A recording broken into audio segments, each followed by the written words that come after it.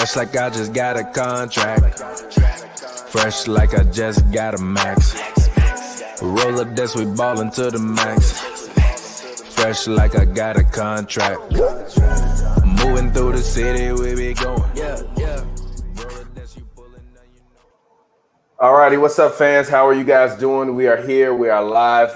This is Hoops and Brews coming back to you guys at an abnormal time, early in the morning. Usually we're a little bit later, but we wanted to make sure that we got a chance to actually, get our special guests on that we have for today. But as always, welcome to Hoops and Brews, where we drink beer, we talk basketball. I know it's early. I still got to go to work after this, but I got my wine in my hand because why not? It's Friday. It's 12 o'clock somewhere, as they say. But as always, the show co-stars rapper extraordinaire Pavy. Go ahead, get your plug in, talk to the people. As always, man, follow me on Twitter at Pavy World, Pavy World, all one word, Pavers.com. Go check that out. I just feel like rapping too well right now. That was a very dry plug of your own album that you just dropped. Bro, it's 10 a.m., G. Oh, what? Put some more energy into it. How you want them to check it out and you ain't excited about it? I'll do your plug for you. He just dropped a new project, a new tape, a new album. Go get it. It's available on Apple Music, Spotify, everywhere. So I just felt like rapping too. It's got some vibes on there. It's not too long, so you won't get bored. Go get that. I think it's 29 minutes total. Pavy, it's 26 minutes. Go get that. Pavy, and we're going to get it in. But anyways, as always, you can find me on Twitter, Instagram at ReelTPJ. That's ReelTPJ. It's a film joke. If you don't get it, you damn dummy. And today we have a very, very special guest live from the tech world, from the tech scene. We have the legend himself, Mr. Jon Rettinger. Welcome to the show. Thank you for joining us. We definitely appreciate it. Coming to talk hoops with us. How you doing today? Oh, I'm sorry. Hold on. My bad. Sorry, I had you muted. Go ahead. My bad. No, I'm good. I'm hyped for the new album after that intro. Thank you. Go check it out, man. Go check it out. Just type in Pavy on whatever streaming service you like, and it'll come up. Dude, exactly. right after this, that's what I'm doing. After that intro, everybody needs to do that immediately. Thank you, John. We definitely appreciate you for coming on the show to talk some hoops with us. We know that you're a big Lakers fan. Your Twitter handle is literally John4Lakers. So go ahead, talk to the people really quickly about your love for Lakers basketball. Listen, I grew up a sports fan, Southern California native. Some of my earliest memories are going to the Great Western Forum. I mean, I can still hear Chick Hearn from the Great Western Forum with the seating capacity of 17,505. This is Lakers basketball. Wow. I got a chance to see Magic and Kareem at the end of their careers, and that cemented my love of Lakers basketball and my love of basketball. And then through, the rough years, Nick Van Exel, Eddie Jones, Del Harris came on in. But then, through the Kobe and Shaq days, always been a loyal Laker fan. After Kobe's retirement, those down years, and when LeBron came, support the squad no matter what. My kids rock their Laker jerseys pretty much every day. Yeah. I live and breathe and bleed purple and gold. I love so that. If I could ask you, what are your top 3 moments as a Laker fan? Like from all the Lakers basketball you've seen, what are the top 3 moments that stick out in your mind? I mean, the lob from Kobe to Shaq against Portland. I mean, that's like, I remember just at a friend's house, like screaming, not knowing what to do with my hands when he jammed that one home. Kobe's first championship without Shaq. Shaq was rapping like "Tell me how my ass tastes" and all that kind of stuff. And then Kobe won one, and you're like, you can fucking take it. And Magic Johnson coming back after his retirement. I was just old enough to know how important that was in watching that press conference. I still have at home the sign that just said Magic's back that they put out in the LA Times that day. Those are kind of my 3 that kind of span the Lakers generations. And one other one, I had a chance to meet Chick Hearn. I got a chance to shake his hand once. And that was probably one of the greatest days of my life. That's amazing. But thank you for joining. We definitely appreciate it. So since we're talking Lakers, we're going to, and I know Bulls fans, you want to hear me talk Boylen. We're going to talk that. We're going to talk Boylen. There's news out of Chicago. We're going to talk that later because I'm going to scream at Pavy because I already know he's going to start talking stupid because I've seen him this morning on Twitter. But let's go ahead. Can I tease it? I know who Chicago's going to hire. Who? I'll save it. Let's talk about it. Let's go ahead. Let's talk about it. Jim Boylen, the Chicago Bulls coach, is finally gone. Finally fired. A guy that I deem to be a terrible coach, to be quite strongly honest. Disagree. A terrible motivator of men. a terrible. Strongly disagree. Anything you want to use to describe Strongly terrible, disagree. you can strongly disagree. Go ahead. Why do you strongly disagree? Again, I've like I've said all year. Do I think Jim Boylen is Phil Jackson? No, I do not. Do I think Jim Boylen is a great coach? No, I do not. But I don't think he's as bad as like everybody makes him out to be. Also, I don't necessarily believe he's gotten a fair shake. I think that the Bulls have been dealing with a lot of injuries. Like, again, I looked it up. They were basically 2 wins away from being in the bubble. Laurie was out for like 6 to 8 weeks. Wendell could never stay on the court. Chris Dunn, who is arguably should be on the all-defensive team this year, he got hurt and missed half the season. Who else was hurt? Otto Porter played like 4 games. So you talk about 4 to 5 rotation players off of a team that's not already a great team. Yeah, they don't look incredible. So I just think that he never got the. You ignore all the other losses, the body language on the sidelines. That's they, look, a lot of that also I think is the Bulls players. They're full of young guys. I think they a lot of times act like spoiled young AAU athletes. I'm sorry, they lost by 50 points and then said we don't want to practice. How do you not want to practice after you lose by 50 points? You can't get better. What do we need to practice for? Just go out there and dribble the ball again. To get better. What you mean? Why? Literally, like, look, if I hadn't with my own 2 eyes covered the Clippers practices immediately the day after they won or lost, honestly, I wouldn't say nothing. But I've seen Doc Rivers call practice the day after they lost, and it wasn't by 50. And they had a practice, and nobody said nothing. But I think a lot of it was they had to like spoiled, entitled athletes. Also, they talk about Jim Boylen play calling. I've seen Zach LaVine too many times at the end of games wave off screens and go in Kobe mode, miss. Way too many times for me to completely blame Jim Boylen. Now, granted, now look, if you want to fire him, I can understand why. Because again, maybe you want to get a whole new no. Because maybe you want to get a whole new regime in, which I can pretty much understand and respect. You know, obviously, the new guys come in. Maybe you want to keep on something that was on board from the last regime. But again, I don't think he was a terrible coach. Do I think he was amazing? No, but I don't think he was terrible. Also, I'm looking at what he had to deal with. It wasn't much. And then you take those guys and you make them. The Lakers right now don't look the same, and they got 2 rotation players missing. So what the hell you think the Bulls gonna look like with like 5 of them missing, and they ain't that good? He's still a terrible coach. They need a culture change. I mean, he's a terrible coach. This is my question. This is how you know he's a terrible coach. Will he get rehired anywhere else? As a head coach? No. Yeah, as a head coach. Yeah. As a head coach. Yeah. Exactly. No. Hold on. No, hold on. But how many coaches get fired and then immediately get hired as a head coach again? You've seen a lot of. He's gonna get rehired at anywhere. He'll get a coach. He will get a assistant coach job. So he's been a quality assistant. But look, how many coaches just get fired and immediately get another head coaching job? It really don't happen too much. We even saw Mike Woodson. Shout out him when he was. With all due respect, do not name a black coach because we know how the NBA operates with black coaches. There's a very few amount of black coaches and black people in the front office of the organization. So I just named one because I just named one because he was the first person I could think of in my mind. Because they tend to get jobs and bounce back faster, quickly than black coaches do. If Luke Walton can get fired and get rehired back, but I don't think Luke sexual assault allegation out at the same time. But I don't think Luke is a terrible coach either. I really don't think Luke is a terrible coach. I don't think Luke's a terrible coach. I don't think I do not think Luke is a terrible coach. Luke is an amazing coach when you got Steph, Clay, and Draymond on your team. Amazing coach.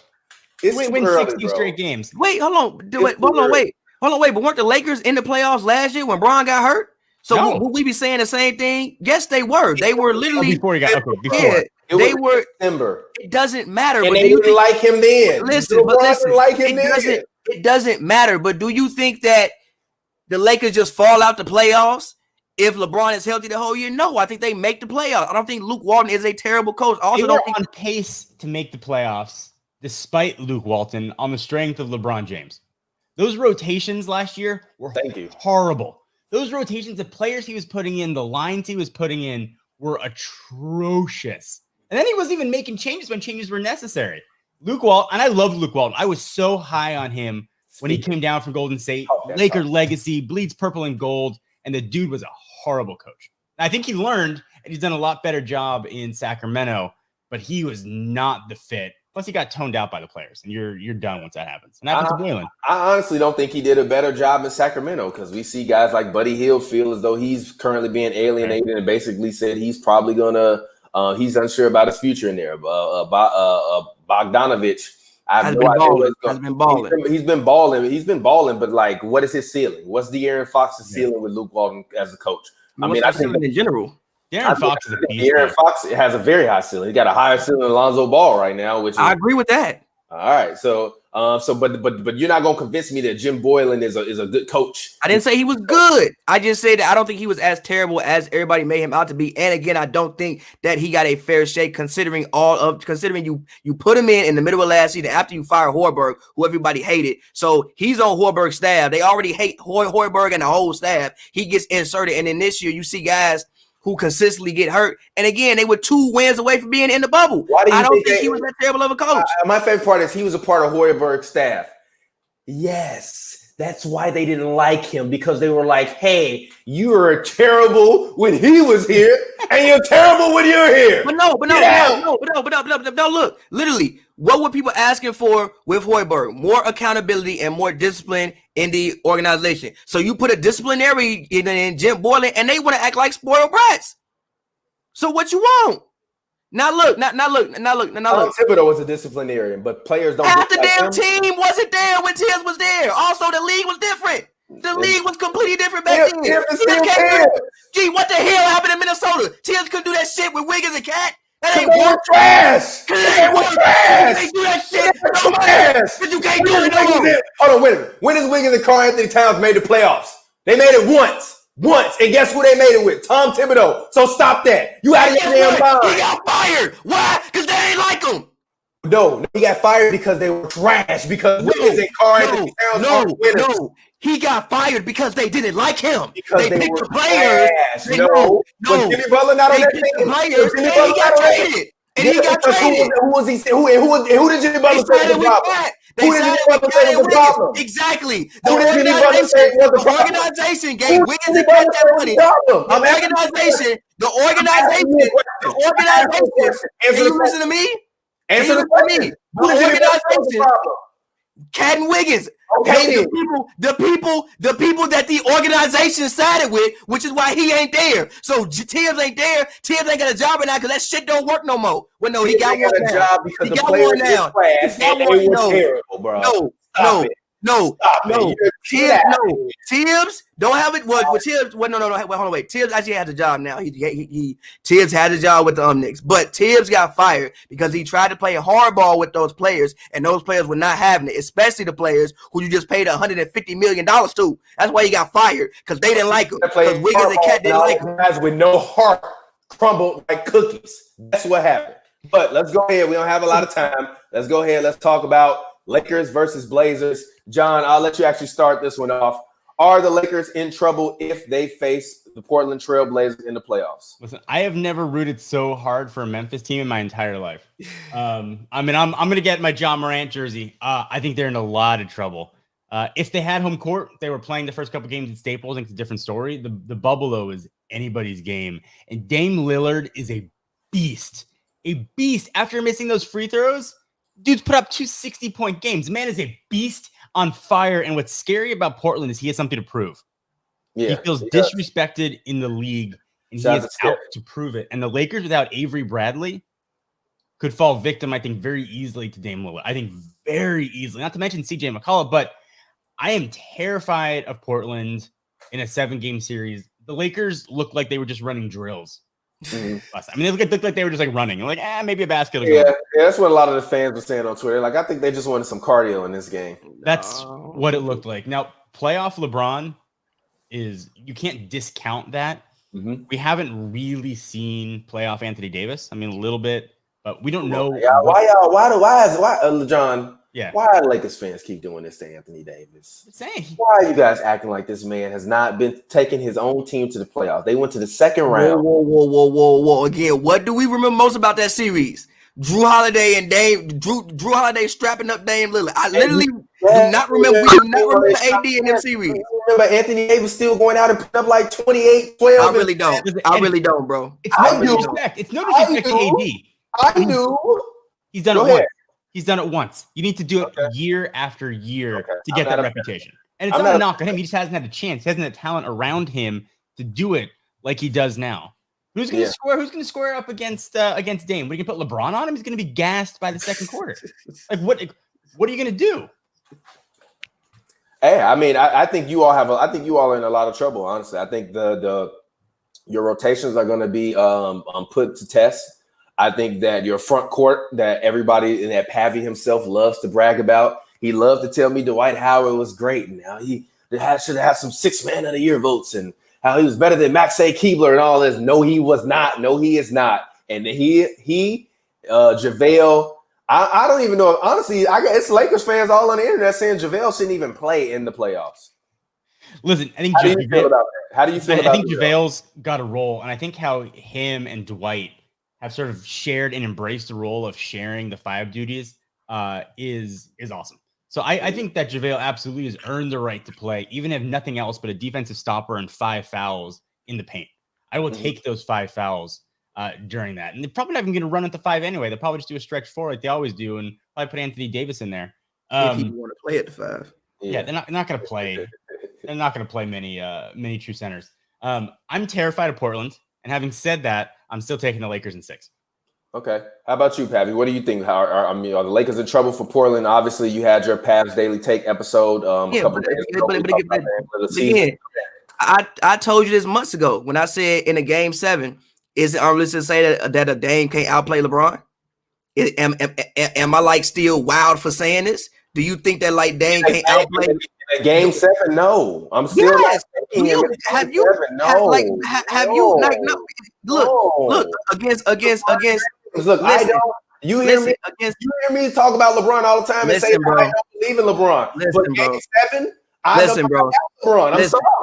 Listen, bro. In any other series, okay, sure. But in this series, again, with the Lakers backcourt, which is non-existent right now, if Avery Bradley was there, it would be a little bit of a different story because I'd be like, you know what, somebody could offer some resistance, some unresistance to Dame. But KCP and Danny Green and Alex Caruso and Quinn Cook, I can get it done.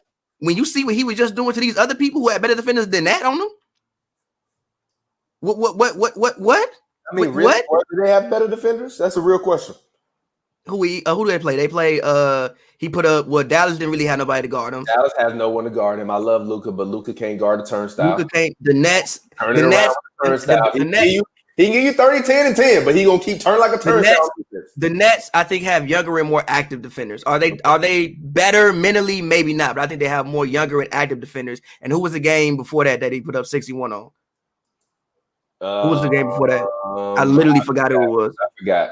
Anyway, regardless, though, yes, I do think the Lakers are in trouble. Obviously, people say, oh, well, these games don't matter. No, they don't matter, but they do matter from the standpoint of, like, rhythm and consistency. I agree. Like, you don't really get, like, it's not like you get a whole month off. Like, you talking about basically you just restarted a season after not playing for like 4 months, and you just finna act like, oh, well, because we won all those games back then and we had that rhythm, it's gonna carry over to now. This is basically a whole new season, and you've never seen nothing like this before. And I think the one thing, like John mentioned, was in the bubble with no crowd, these games are never over. Like, you'll see games, it'll be like a 10-point lead with 2 minutes left. And usually in regular times, if you in, somebody's stadium, you'll close that out. Yeah. These games, like the shot Tyler Johnson was hitting last night, I don't think he hits if fans are in the stadium. Like a lot of things that happen are just completely different. So yes, I am worried for the Lakers. If I had to go ahead. What do you think about Rondo coming back?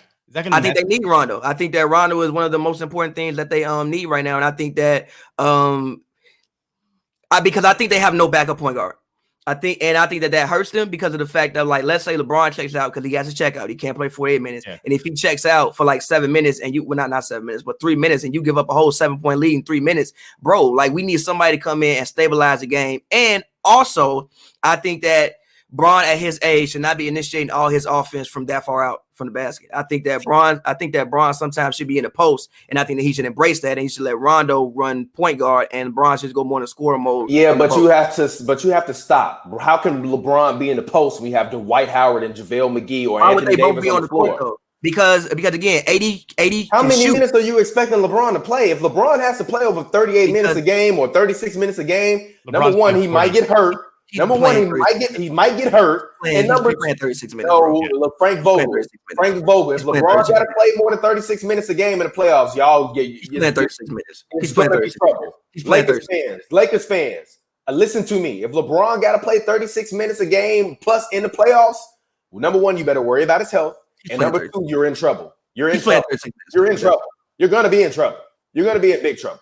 I mean, what do you think about LeBron in terms of his minutes and also his groin, John? What do you think about that? I mean, I think his groin is fine. The groin is healed. He had the off season and the bubble to heal. I think LeBron's playing 36 to 38. I think 100% beyond a shadow of doubt. I think if Frank Vogel pulls him out, he's putting himself back in the game.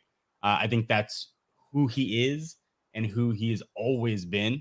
There's no way that he's coming off the court. The Lakers are at their best when he is on the court, whether the ball is in his hands or as a decoy. And if they are going to play Portland, which I'd imagine they probably are, they need to put up their best. And their best is when LeBron James is on the court.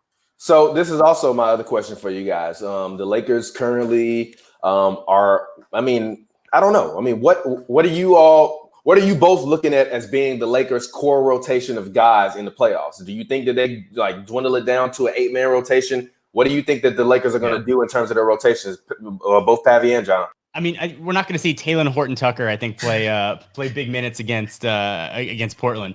I think they're going to tighten it down to probably 9, I would imagine, and that's going to be it. Yeah, I'm with you. Like one thing, the Lakers have been running some lineups that I don't think you would ever see. I don't think you'll ever see Quinn Cook initiating the offense in the playoffs. I hope you don't see that, and if you do see that, it's an issue. I think probably you may, Dion may, get some on burn. Rondo, obviously Kuzma, Caruso will probably get some burn. Dwight will get some burn. So maybe like 9, maybe 10-man rotation. But like you said, you won't see probably Quinn Cook, and you probably won't see who else? Horton Tucker, Caruso. I don't know if JR is gonna get too much playing time. Maybe. It is also reported that Rajon Rondo will enter the bubble on Thursday. So 4 days, right? 4 days. Yeah. I think they desperately need him back. I think Lakers fans we're very quick to judge him and say that they don't need him, but you have to realize that there is no other point guard on this team. I remember when Daniel Belch, shout out to Daniel Belch, the star of our Lakers show King Watch LA, was talking to me about the Lakers versus Clippers. He's like, Caruso's gonna shine. He's gonna be more clutch than PG. I'm like, you got to stop this, bro. You got it. Like Lakers fans at certain points in time are very extremely delusional. But I do think that the Lakers need Rondo, and I think that if they're going to beat the Blazers, they're going to need Rondo as well, just for the sheer pressure that Rondo will put on another team offensively when he's out there actually dishing and creating. Because also, this is the other thing about Dame. Dame hasn't really, in this stretch that he had over the past couple games, had to play against another point guard that could put up 40 on his head. You know what I mean? Like, even when he's playing Steph Curry, regardless of what anybody wants to say, it still takes energy to guard Steph Curry and Klay Thompson on the defensive end, or even if you're hiding out, that you still have to guard whoever it is. Nobody's been putting any pressure on Dame Lillard on defense. So, of course, I'm not expecting him to come in and play amazing on defense versus a point guard that's actually going to push him. Nobody has actually been available to really push him, kind of in these bubble games. Who's been there to push him? Ben Simmons didn't play, as they said. Who's pushing him? Who on the Nets is pushing him? Spencer Dinwiddie wasn't out there. Who's been pushing him? That's an honest question. Dame. Defensively, who's been pushing Dame? Nobody. Hold on, wait. Yesterday he did have to guard Tyler Johnson. Tyler Johnson, Tyler Schmonson. Come on, man. Come on, man. Who? Like a Snoop Dogg meme. Who? He had to guard him, and also Karis LeVert was tearing everybody a new one yesterday. Yeah. He didn't have to guard these guys. These guys were other people's defensive responsibility. He had to guard Tyler. Was up in arms yesterday about CJ McCollum getting cooked all game long by Karis LeVert. Gary Trent. Huh? Trent, not CJ. Gary Trent and CJ McCollum. Trent. No, CJ. Everybody was saying CJ can't move. How you gonna guard anybody out there? No. CJ actually did a decent job on Karis down the stretch. Gary Trent was the one getting cooked. Okay. All right, so let me ask you guys. What are the outside chance? What if we flip it? What if Memphis gets it? Lakers in 4. If Memphis gets it, the Lakers in 2. Lakers in 2. Look. If Memphis get it, NBA, do us all a favor. Let's just go ahead and fast forward past this series and we'll, get them like 2 games in a bye. Like, we cool on that. Like, we only need 2 games because literally, I don't want to see Memphis in the playoffs. If Dame, but this is also the thing about the Blazers. If they lose 2 games in a row to Memphis, which is what they have to do in order to miss the playoffs, go to hell. Literally, I never want to hear Dame speak about being clutch again. Like Dame, I love Dame, and hopefully, we really trying to get an interview with Dame, and I'm gonna keep it G with Dame, just like I'll keep it G with everybody else. If he would have lost to the Nets, woo, G. Woo! I would have cut. And Melo missed that corner 3, G. When Melo took that corner 3, I was like, Melo! Oh my God, G. No one in the arena was happy that Karis LeVert missed that shot than Melo. If Karis LeVert would have made that shot and the Blazers would have got eliminated, did you see how after he missed the shot, Melo got the ball and took it and threw it on the ground? Did you see that? Because he knew. Did you all see that after the game? Like when the game was over, Melo got the ball and threw it on the ground. It was like, oh he my knew. God. Oh, Wait, I almost had a heart attack. Go ahead, John. Go ahead. Let me ask you guys. Let's play what if, right? Suns the hottest team in the bubble, 8-0, Devin Booker playing out of his mind. What if alternate world? What if the Suns got that 8th seed? How would they match? How would this hot Suns team match up against a stale Lakers team? I thought they would actually. I don't think they would have beat the Lakers because I don't think Devin Booker has enough experience, but I do think that they would have pushed the Lakers to 6. I think the Blazers are the only team that I think can beat the Lakers in that 8th seed slot. I think if the Mavericks would have played the Lakers, they still would have lost probably in like 6. Like I love Luka and trust Luka, but experience, and this is the thing. Like now that we cover the NBA and I study basketball and I watch basketball so much, half the time I spend watching the games, I'm yelling at the TV screen coaching. Like I'm not even like I can't even really enjoy the games anymore. So even when I'm watching young players like Luka or I'm watching young players like Devin Booker at the end of games, if you can ask my girlfriend, then again, I'm literally screaming at TV, slow down, because young guys just when the pressure is high, they just move way too fast and it leads to turnovers and mistakes. Like the Mavericks this year, I think are 3-11 or 2-11 or 2-12 or 3-12 in games that are decided by 10 or fewer points in like the last 6 minutes of the game. And that is all from inexperience. So Luka has to get better. He has to learn. I think you have to learn before you become a champion. I think the Suns would have probably won a couple games because I don't think that they would have had anybody to guard Devin Booker. But I do think that after Devin Booker gashed the Lakers for about 45 and 50 in 2 games and maybe stole a couple games, LeBron's going to be like, all right, I got to use the last little bit of energy I got left to shut down Devin Booker for 2 games. Probably slow down Devin Booker for 2 games. Lakers win, and then they go to the next round. But I will say this. It doesn't matter what happens with the Lakers. If they lose, if they win versus the Blazers, they're going to lose in the next round.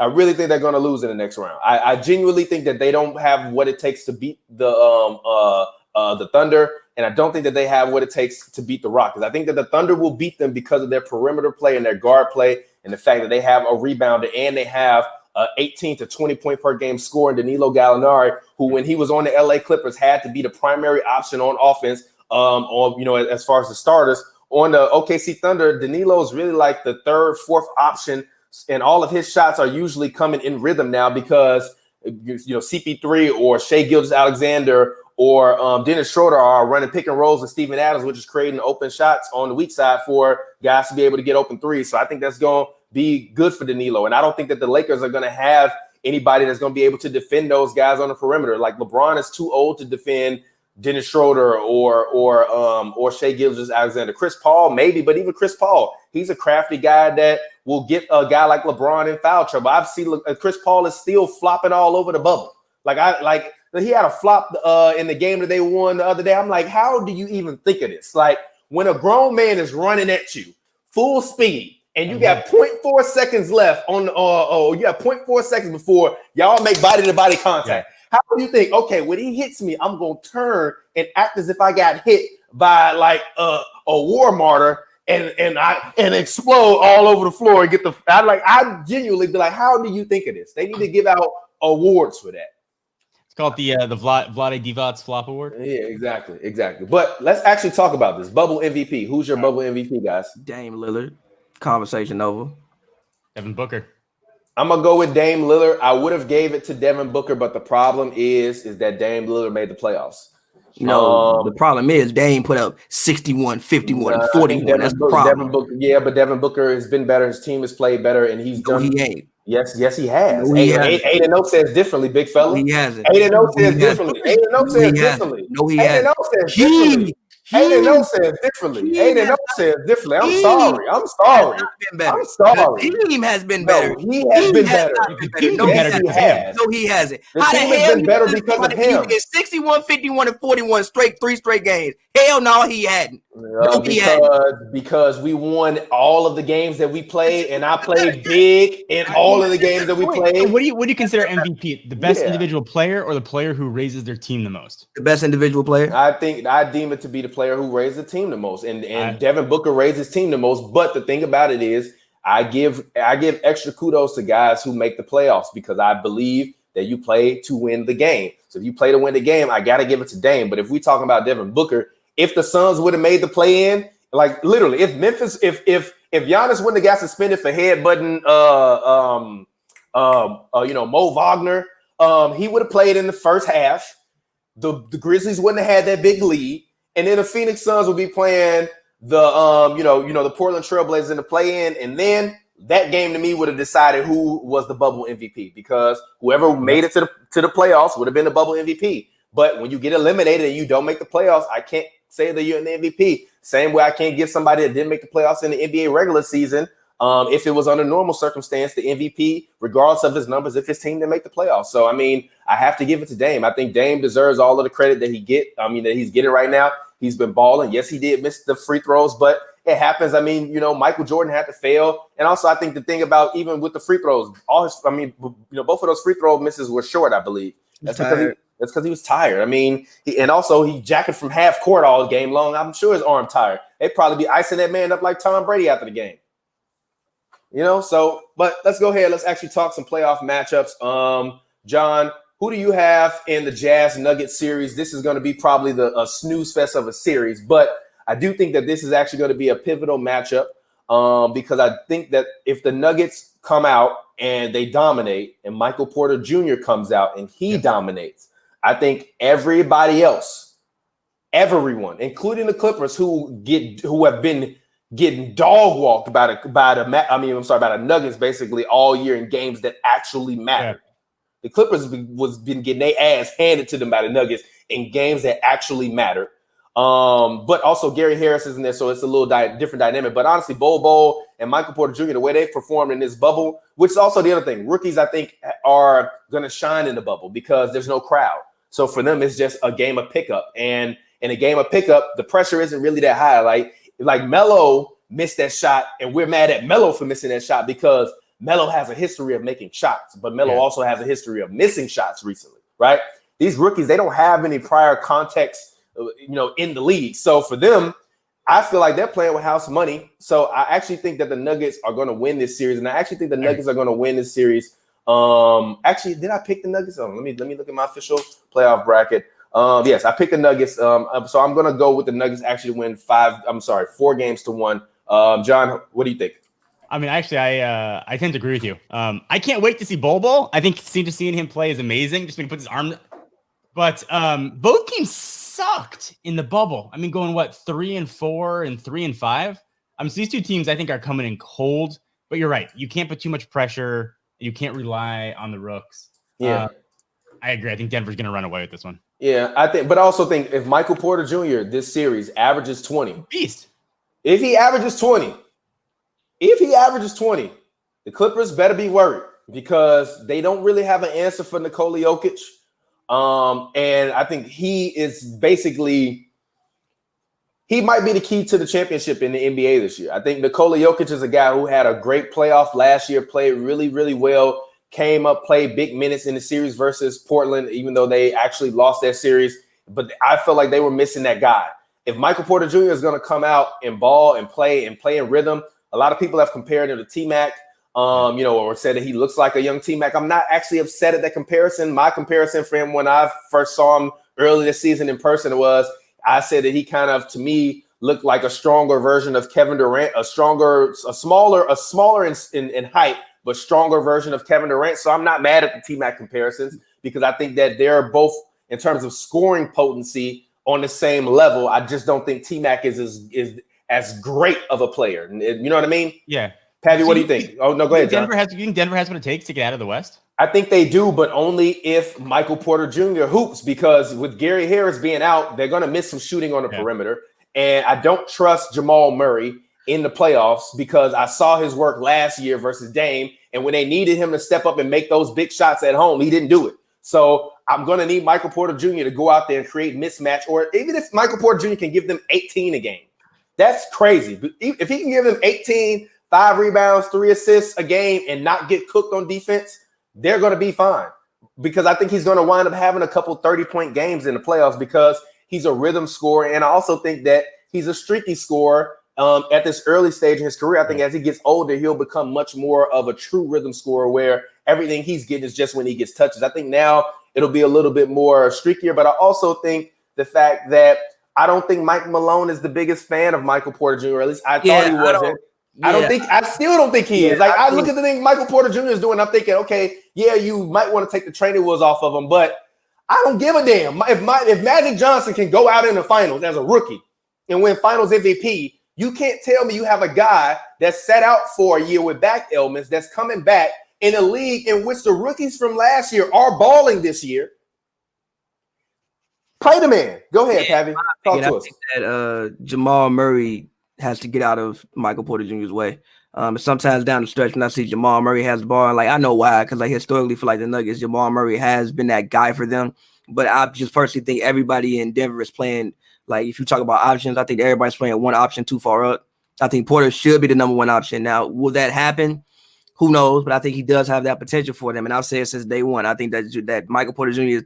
is basically the key to the Nuggets. To me, it's like dropping prime Carmelo Anthony on like this Nuggets team. So you think he's more mellow than T? I'm not saying he's more. I'm just like, if I'm like looking at Denver and I'm making a comparison, it's like, okay, why did Melo leave Denver? Because Melo felt like he didn't have what it needs to take to get it done. What to me, this is like if you took a version of Melo and dropped him on like a Denver team and was like, see, you got everybody you need, here you go. And yes, I think that the Nuggets will beat the Jazz. Reason being is I think that Jokic will kind of render. Personally, I think Gobert is the Jazz favorite player. I don't know why people even dispute that. He's a 2-time defensive player of the year. And I think that Jokic, because he plays so far away from the basket, will kind of render what Gobert does best ineffective. Also, Bogdanovich isn't there, which is huge for them. Like, I mean, even Donovan Mitchell, he been getting off. Like, have you looked at this man's field goal percentage when he been getting off? Reason basically been taking so many shots because Bogdanovich isn't there. Hey, wait a minute. What have I always told you about Donovan Mitchell? What? I'm just saying, I'm asking you and everybody else. I've always said he got to take 25 shots to get 28 points. But look, he wasn't doing that when Bogdanovich was there because you had another 20 points. But he's gone now. The ball too. Also, luckily for Utah, Mike Conley has been looking as best as he's been looking all season. He wasn't looking good when the season was actually going on. But for the Nuggets, I think the Nuggets have realistic finals chances. For one, I think Jokic can be the best player on the court in any game.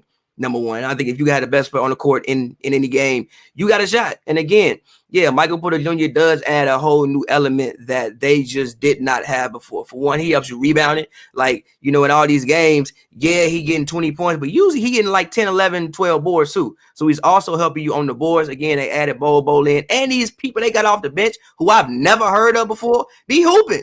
Like Dozier, who I've never heard of before, he can play defense. They got a deep basketball team, and I think you even saw that when the Nuggets G League team basically put up a fight against the Lakers. Now you can say all you want to, where the Lakers weren't playing hard. No, I saw too many missed defensive rotations that looked like that was happening because the Nuggets were executing on offense.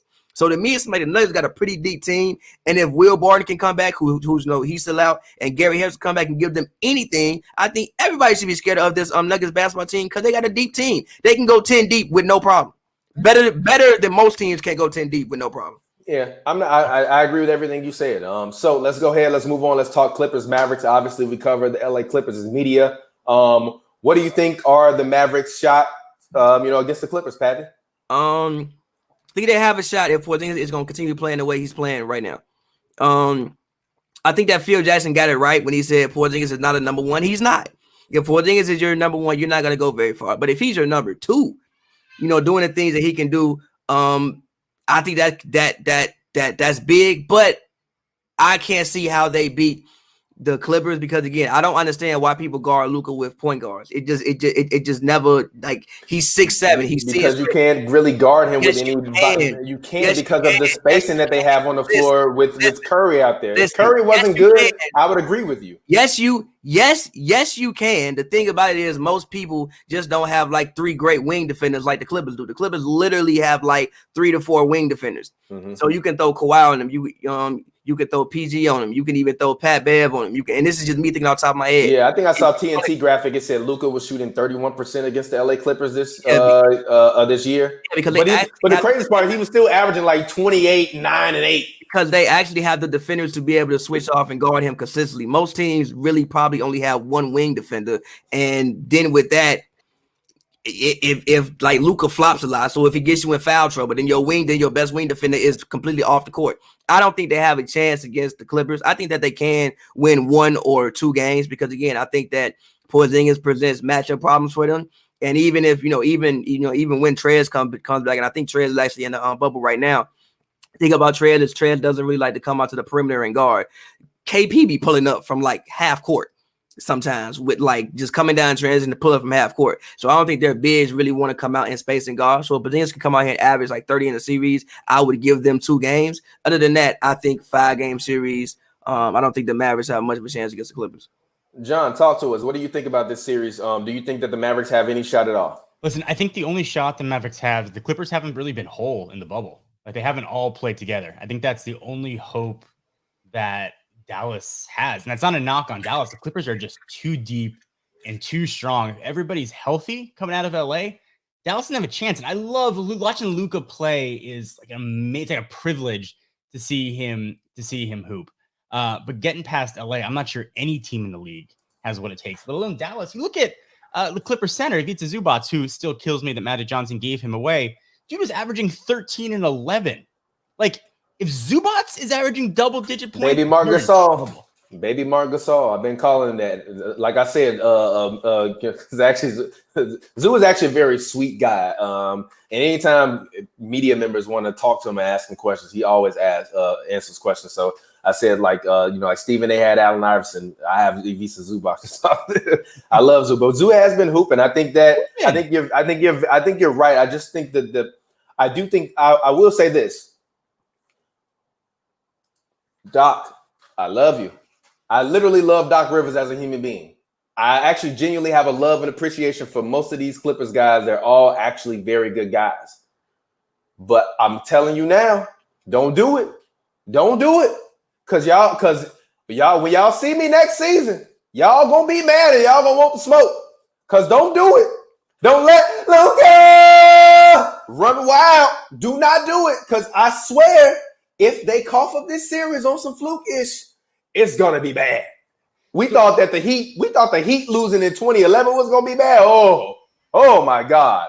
If the Clippers lose in the first round to the Mavericks, it's gonna be biblical on Twitter, on social media, on this show, on every show, on that other network, and them other sports networks. It's gonna be bedlam. So they better win. I do think that they will win. I think actually Lou Williams and Trez are the key to this series. I think that as much as I like the Mavericks, I don't like Tim Hardaway Jr. Michael Kidd-Gilchrist is the worst player in the NBA.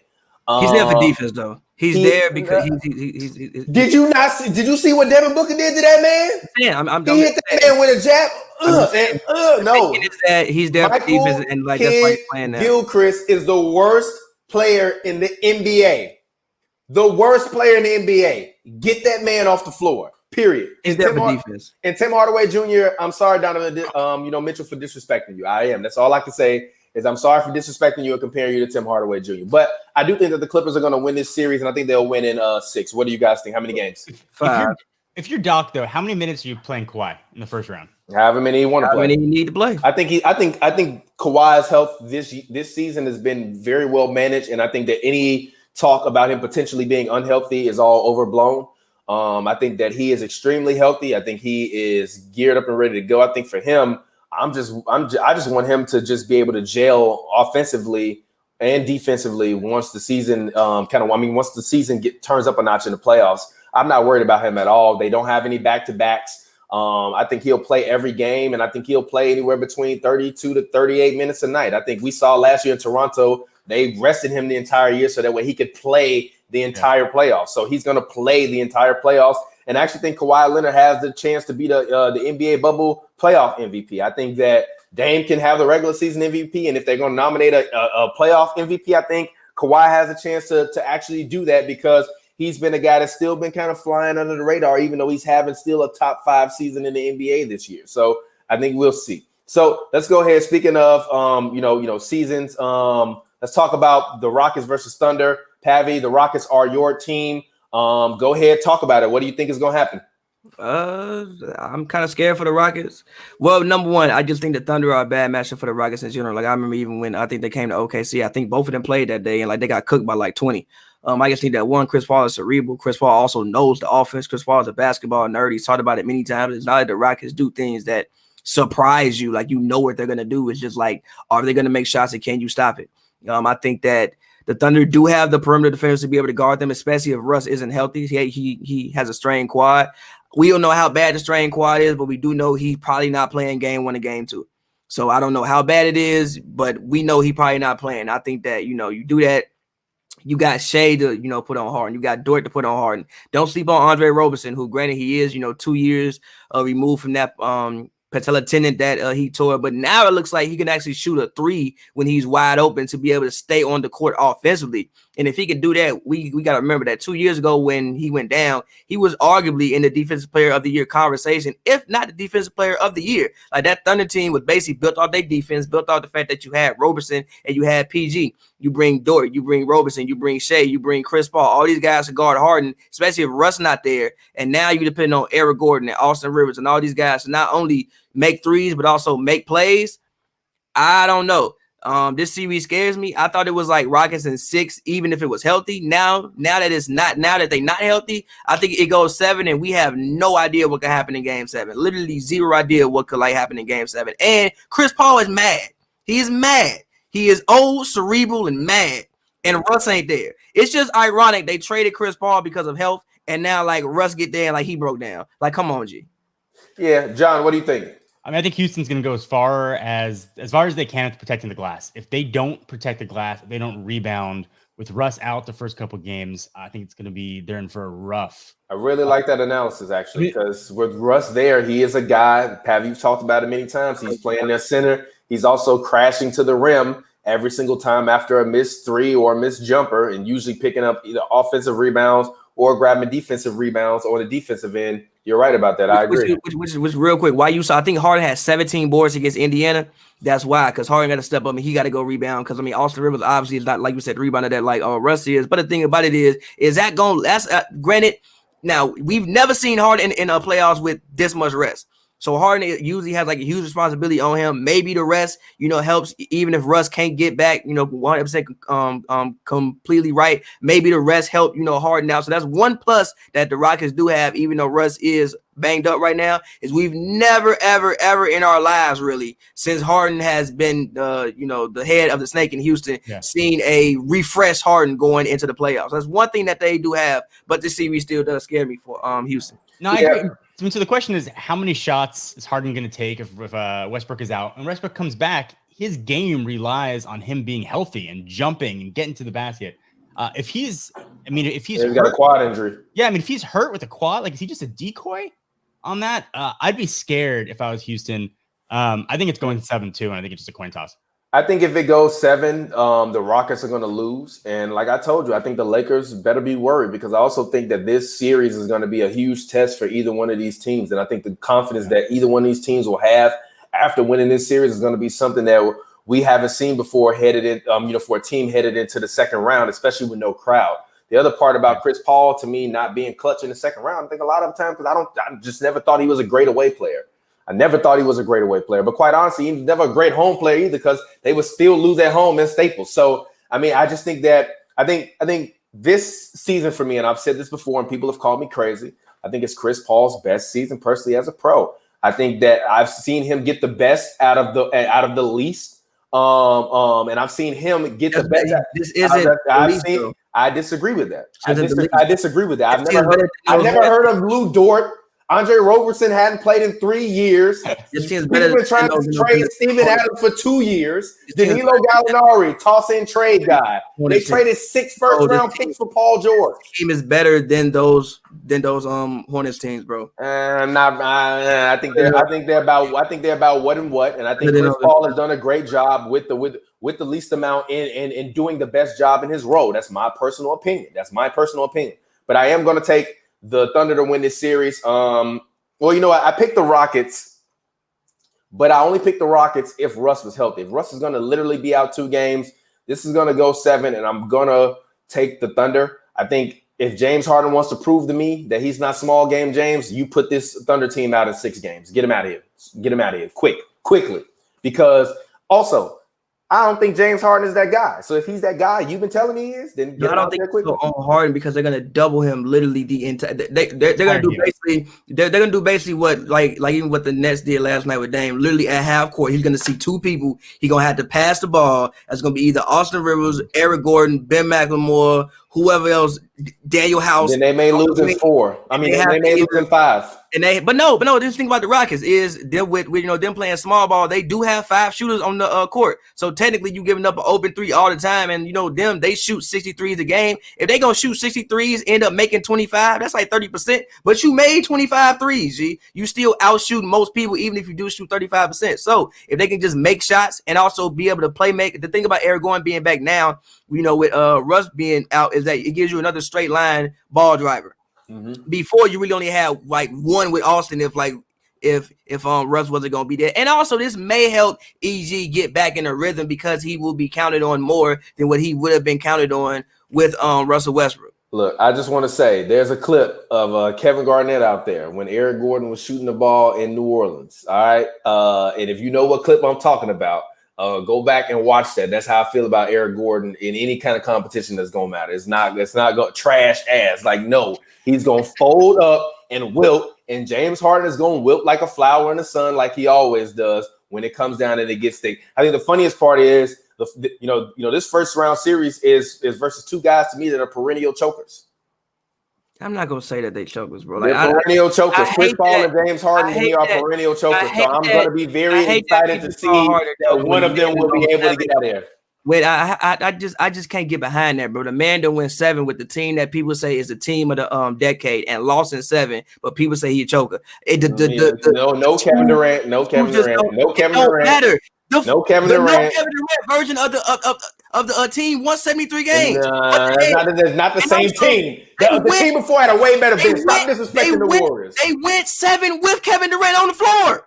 So what the hell? Like, it just don't compute to me, bro. Like, how are the Warriors? Because he's the MVP. When Steph Curry lost and they lost 3-1, they called him a choker after they lost 3-1 because he was the MVP. And also losing a 3-1 lead. I called him a choker after they lost the 3-1 lead. Losing a 3-1 lead in NBA Finals. The Rockets had the lead at home and they still lost the damn game. Stop it.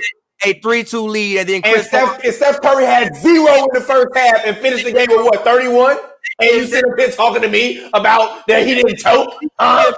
That is complete. They're being up 3-1 in the NBA final, losing 3 straight games. I notice how you always start stuttering when you talk about how the Rockets lost to the Warriors. All right, But anyways, let's go ahead. Last topic before we get ready to get out of here. LeBron finished this season averaging 10.2 assists. He is now one of a few players to actually go out there and be able to lead the league in scoring as well as in assists. So what are your thoughts? Where does this season rank for you all in terms of LeBron? How do you feel about this season for LeBron as a whole? I mean, for me, the season of LeBron is about LeBron as a person. And it's hard to separate what he's done this year as a human being and also as a player, both of which have been outstanding and I think pillars of what a modern NBA athlete and any athlete and human should strive to. He was asked to be a full-time point guard this year. He came in with double-digit assists. Everything that man has been asked to do, sacrifices he's been asked to make, he has done. He's done it happily. He's gotten along with the coach. He's gotten along with his players. I think this is one of LeBron James' greatest seasons as a player and as a team player, despite distractions coming in, despite a new coach coming in. I could not be more impressed with what LeBron James has done as an athlete, while doing the amazing things he's doing as a person. I think watching him play is like watching. I mean, it's like unlike anything else to see his court vision as somebody his stature who looks like he should be an NFL tight end.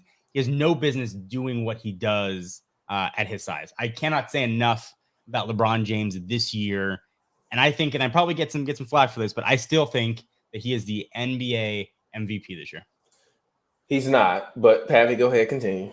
He's not, John. As far as the man is averaging, Giannis is averaging 30, 13, and 5 with literally like a top 10 efficiency rating in NBA history. I love don't get me wrong, I love the LeBron narrative. Look what he had to do. That's all it is. Point guard. He has Anthony Davis. Is Anthony Davis not a top 5 player in the NBA? Yeah. Does Giannis have another top 5 player on his team? Yeah, wait. Giannis, hold on, stop. Giannis does have a man who wait. I don't know if he finished. A man that you told me would not average 24 in the playoffs last year. Listen.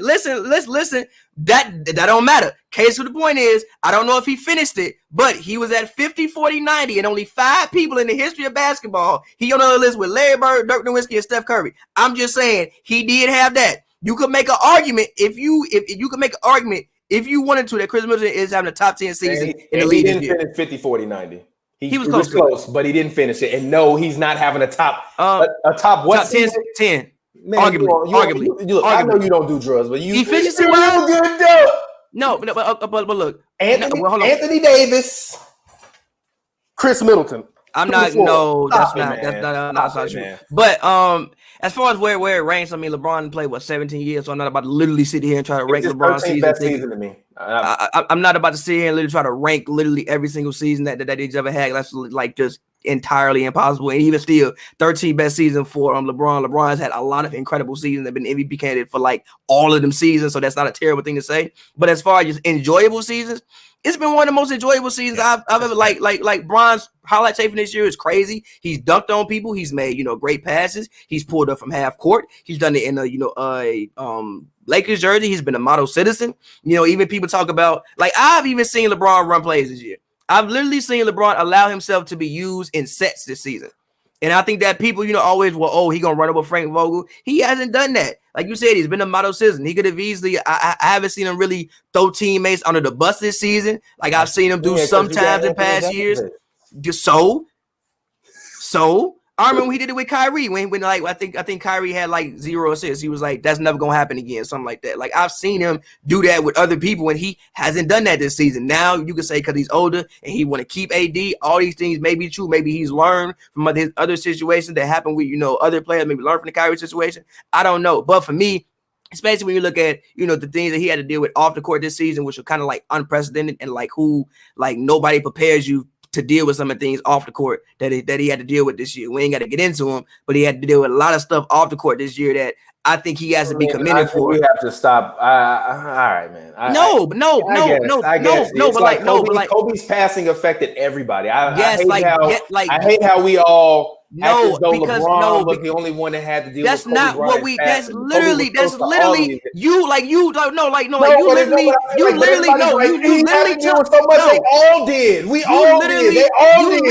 you literally took what I said here and then drew a comparison way over here. Because he was in a unique position. For one, he did break his record literally like 14 hours before. Also, everybody stopped. Everybody literally wants to hear from LeBron for whatever reason, want to hear from LeBron James. He has to be the person at the first home game to get up there and speak and make a speech. I'm just saying that things that, him as a leader of that basketball team, of the Lakers in that situation had to deal with. In that situation, I think he handled the situation as best as you could possibly handle the situation. Player did, and I think they were all affected. I'm not saying that they did it. I'm not. That's not what I said. I just said that he handled the situation. I just said that a lot of people have created that narrative, which I don't. I'm just saying that you, as the leader of the Lakers, as LeBron James in that jersey, when that happens, like people want to hear from you. People want to know what you're gonna say. You have to be the guy that the first game at Staples back. You got to be the one to go up there and talk. It has to be you. You have to learn how to navigate through that system, through that period somehow, whatever. I don't know, but I just think that for me, it was one of the most enjoyable seasons watching LeBron James. You know, even me being able to go to Lakers games this year and go watch LeBron James is one of the most enjoyable. Probably, I would say. I've never seen LeBron in person. Honestly, I still have no desire to see LeBron. Probably, I would say I just don't. I don't like literally. Probably, I would say the last year in Cleveland was probably the most fun I've had watching Bron play. Then I would probably say maybe the second year after they lost. The second year in Miami, and then I'll probably maybe say the first year in Cleveland was some of the most fun I've ever had watching LeBron James. So this year is up there for me as far as fun. All righty. So, John, we appreciate you for coming through to talk NBA with us. Thank you so much for, we definitely appreciate it, man. It was a great convo. We broke down the Western Conference today. Please talk to the people, let them know where they can find you at on the internet. Listen, so first, thank you for having me. As somebody who generally just talks tech, the chance to talk sports is like a dream come true. It's my passions are cars, tech, and sports. So to get a chance to talk about this with you guys, thank you, is awesome. So thank you. Appreciate it. We've been trying to set this up for like 8 months, so I'm glad that we actually were able to make it happen. I mean, obviously the pandemic and everything is nuts and stuff, and also I think you just had a child. I'm actually having my first child, so congratulations to you. Congratulations to you. Thank you. I appreciate it. So I'm glad that we were able to make it happen. Definitely enjoyable. So anytime you want to come back and scream and yell, talk some hoops, let's do it. I would love to come back and talk with you guys. Thank you for having me. And just an absolute pleasure to be on the show and share the airwaves with you guys. So thank you. Thank you so much. All right, fans. So as always, you can find us on the internet at Hoops and Brews. Make sure you subscribe, like the video. Make sure you also go youtube.com/HNBMEDIAtv as well as youtube.com/Hoops and Brews. Make sure you subscribe to the channel, like the videos, check out the highlights. We have highlights. We have new shows. Make sure you check out the Win Daily Show. We have Pav's Daily Takes. We have Hoops and Brews Happy Hour. We have Hoops and Brews. The new show in LA, our Clippers show. We have King Watch, which is our all Lakers show. So make sure you go check out that content. Thousands and thousands and thousands of hours of basketball and sports content available on youtube.com/HNBMEDIAtv. I'm your co-host TPJ. You can find me on the internet at Real TPJ, REL TPJ. It's a film joke. If you don't get it, you're dummy. And as always, the show co-stars rapper extraordinaire Pavy. Go ahead, talk to the people. Can we get a little bit more enthusiasm for your mixtape now that you up? Yeah, man. As always, follow me on Twitter at Pavy. That's Pavy word, all one word, Pavers.com. Make sure y'all go check that out. And I just dropped a new project. It's called I Just Felt Like Rapping Too. You can find it everywhere music can be streamed at. It's under 30 minutes long. It's 10 records, but it's under 30 minutes long. I didn't want to make it long for you guys, so make sure y'all go check that out. And talk to you guys later. All right, and as always on Hoops and Brews, we drink beer, we talk basketball, don't drink and drive. John, thank you so much for joining us. And as always, please make sure patreon.com/HNB. Go help us out, support us. And until next time, we will get up with you all on Hoops and Brews. We appreciate it. You all have a great day. Enjoy yourselves, and we'll be back to preview the Eastern Conference and talk playoffs on Monday. Oh, well, Pavy, one quick thing, because actually Richard C. Wright, he wanted to know, who do we have for the finals picks? My finals picks, Bucks, Clippers. Who you got? Come on, make a damn pick. We started the show with hot takes. Now you don't want to do no damn hot takes. Get over yourself. Let go of that ego. Come on. Bucks, Raptors. Shit. I said in the finals. Bucks, Raptors. How them Bucks gonna play the Raptors and they in the same damn conference? Raptors, Clippers. All right. We love y'all. We'll get up with y'all next time. It's been Hoops and Brews. Peace out. Fresh like I just got a contract. Fresh like I just got a max. Roll up this, we ballin' to the max. Fresh like I got a contract. Moving through the city, we be going.